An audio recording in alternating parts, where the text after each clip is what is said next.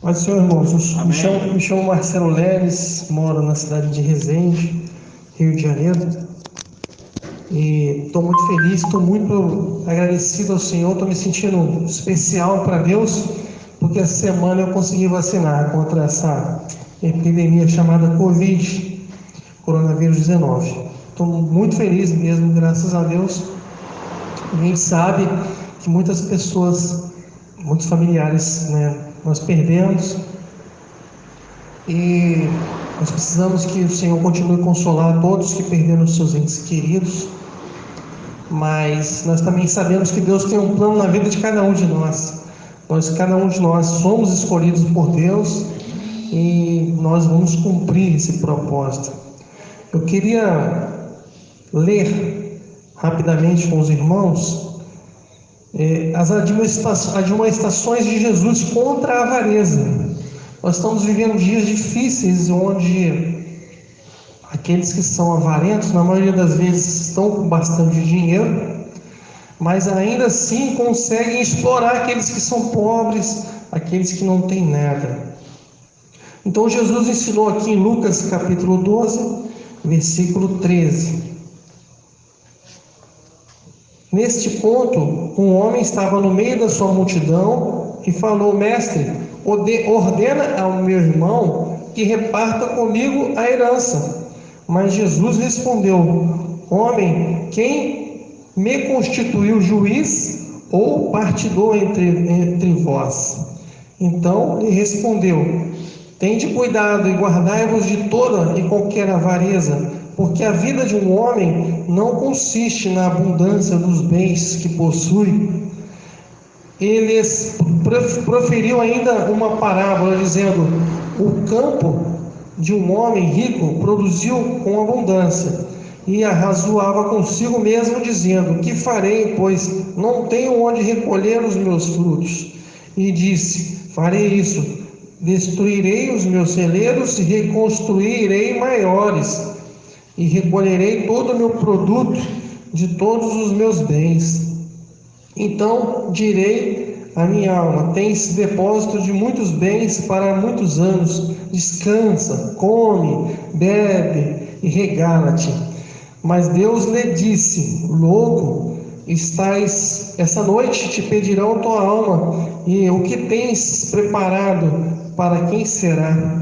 Assim é aquele que entesoura para si mesmo e não é rico para com Deus. Versículo 22. A seguir, dirigiu-se Jesus aos seus discípulos, dizendo: porque vos advirto, não andeis ansiosos pela vossa vida, quanto ao que haveis de comer, nem pelo vosso corpo, nem ao que haveis de vestir, porque a vida é mais do que o alimento, e o corpo mais do que as vestes. Observai os corvos, os quais não semeiam, nem ceifam, nem têm despesa, nem celeiros, todavia Deus os sustenta. Quanto mais valeis do que as aves? Qual de vós, por mais ansioso que esteja, pode acrescentar um côvado ao curso de sua vida? Se porventura nada podeis fazer quanto às coisas mínimas, por que andais ansiosos pelas outras?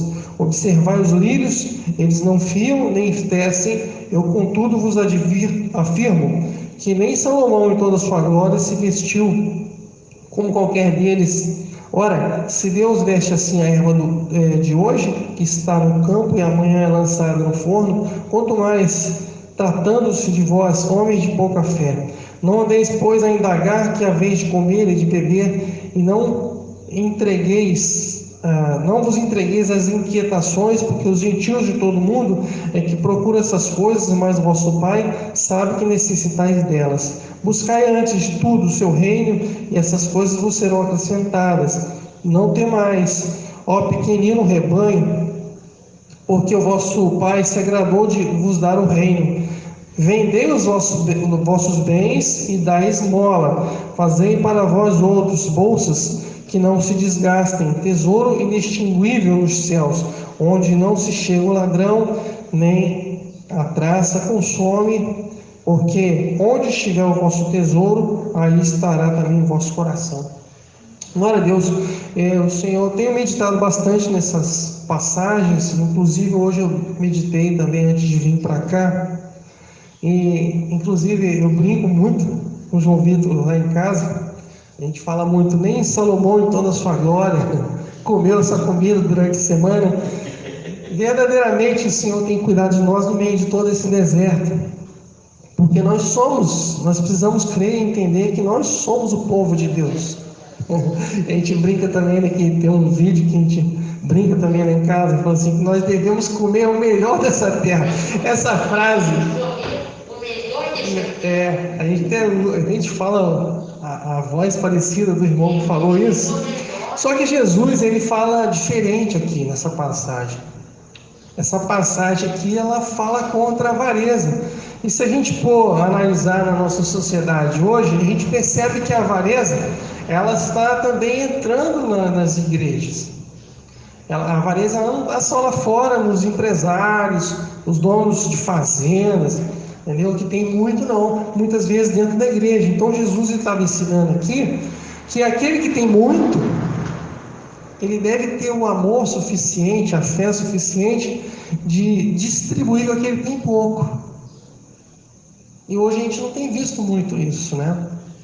Muitas vezes a gente vê o irmão abastado, igual aqui Jesus mostrando.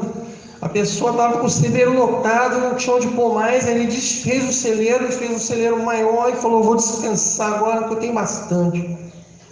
Aí Deus chama ele de louco. Então nós precisamos pedir para Deus afastar a avareza de nós e voltar a essa caridade, voltar a essa generosidade que havia aqui na igreja primitiva, né? A igreja de Jesus. No início, na igreja de Jesus, aqueles que eram abastados, que na verdade ele não ia ter utilidade toda aquela riqueza, a não ser ostentar, né? Quando a pessoa tem muito, ela começa a ostentar, ela já pega a multa no Camaro amarelo, certo? Muitas vezes compra várias fazendas, começa a ostentar celular caríssimo, certo? Enquanto o irmão do lado não tem o que comer. Então Jesus, né, e Deus reprova isso, a gente vê isso na palavra. Mas também, Jesus também ensina aqui, é uma coisa que a gente precisa ficar muito atento. Eu tenho meditado nisso, pastor, eu acho que cabe aqui até um estudo bíblico mesmo, sobre a questão do que é buscar primeiro o reino de Deus. O que Jesus estava querendo dizer aqui quando ele falou para os discípulos, buscar primeiro o reino de Deus, porque as demais coisas serão acrescentadas? Isso quer dizer que nós que seguimos a Ele, que cremos nele, somos pobres, nós não precisamos trabalhar? Eu acho que não. Eu acho que nós precisamos entender com equilíbrio essa passagem, porque eu já vi muitos cristãos entender de forma errada essa palavra, até mesmo eu, na minha caminhada cristã. Já estou com quase 30 anos de caminhada cristã, já passei por muitas necessidades por entender errado essa palavra. Eu entendo hoje que todo cristão precisa ter uma profissão, sim. Todo cristão precisa ser especialista em alguma coisa, entendeu? Jesus aqui, ele chamou 12 especialistas. Eles eram especialistas no quê? Em pregar e semear o evangelho. Aí sim, esses 12, eles tinham a obrigação de viver só do evangelho, entendeu? Ele precisava naquele momento, Jesus, ele precisava de um grupo, uma equipe forte do lado dele que distribuísse o evangelho para os 4 cantos da terra. Mas nós também precisamos aprender com equilíbrio acerca de viver pela fé e muitas vezes ficar sem profissão. Amém? Então eu queria compartilhar essa palavra com os irmãos, que o Senhor possa nos estar santificando, dando sabedoria nesse sentido e afastando de nós a avareza, não só dessa nação, da nossa cidade, mas da igreja também, em nome de Jesus. Amém.